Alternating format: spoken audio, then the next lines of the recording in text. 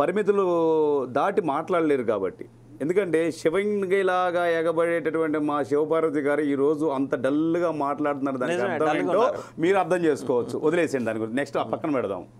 ఈరోజు జనసేన టీడీపీ పొత్తులో భాగంగా మేము కోరుకున్నాం రాష్ట్రం బాగుపడాలని. కానీ ఈ పరిస్థితి రాష్ట్రం బాగుకంటే కూడా అసలు రాష్ట్రం బాగుపడడానికి 2024 2014లో జరిగిన పరిస్థితి ఏంటి, తర్వాత 2019లో జరిగిన పరిస్థితి ఏంటి అందరూ చూసాము. ఏ పార్టీలు పరిపాలించినవి ఇప్పుడు 10 సంవత్సరాల పాటు రాష్ట్రాన్ని ఎంత అధోగతి తయారు చేసినా ఏ పార్టీ ఎంత చేసిందో అందరికీ తెలుసు.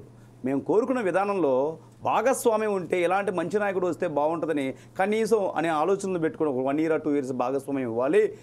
ఎన్ని సీట్లు 40 సీట్లు తగ్గకుండా ఉండాలని ఆలోచన మనం జేడీఎఫ్ తరఫున మాట్లాడినాము గతంలో.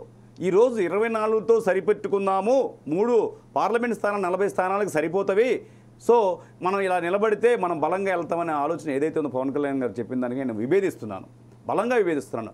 మా నాయకుడే, నేను నమ్మే నాయకుడు అయినప్పటికీ కూడా. ఎందుకంటే పురాణాల్లో చెప్తున్నా, ఒక్కొక్కసారి రాముడిని కూడా రామాంజనేయ యుద్ధాలు జరిగినాయి, కృష్ణుని పూజించే ఇలాంటి వాళ్ళ యుద్ధాలు జరిగినాయి, తప్పులేదు. కానీ మా నాయకుడిని కూడా కొన్ని ప్రశ్నించే అవకాశం అయితే మాకు ఆ అవకాశాన్ని తీసుకొచ్చారు. ఈరోజు 24 స్థానాలతో కుదించబడిన పరిస్థితిని చూస్తుంటే దయనీయ స్థితి. ఈరోజు సోషల్ మీడియా కావచ్చు, జనసేన పార్టీకి ఉన్నటువంటి సోషల్ మీడియా స్ట్రెంత్ ఏ పార్టీకి లేదు. ఇంత బలమైనటువంటి యువత కూడా మన జనసేన పార్టీకి ఉన్నట్టు ఏ పార్టీకి కూడా లేదు, సాంప్రదాయ పార్టీలుగా ఉన్నటువంటి వైసీపీ టీడీపీకి. కానీ ఈరోజు ఇంత దిగజారుడు స్థానాన్ని దిగజారాల్సిన అవసరం అయితే లేదని మా అభిప్రాయము.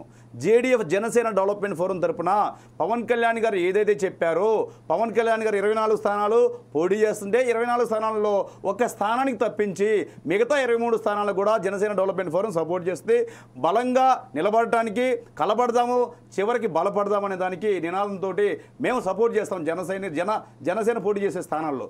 కానీ ఈ పోటీ చేసే స్థానాల్లో పొర్రపాటుని ఎక్కడైనా కానీ టీడీపీ వారు రెబల్స్ దించినట్లయితే 40 స్థానాలు తక్కువ కాకుండా టీడీపీ మీద మేము పోటీ చేయడానికి రెడీ అవుతున్నాము. ఇంకొక విషయం చెప్తున్నాను, జనసేన పోటీ చేసే 24 స్థానాల్లో మంగళగిరి ఇదేంది తెనాలి నుంచి కూడా మేము పోటీ చేయడానికి రెడీ అవుతున్నాము.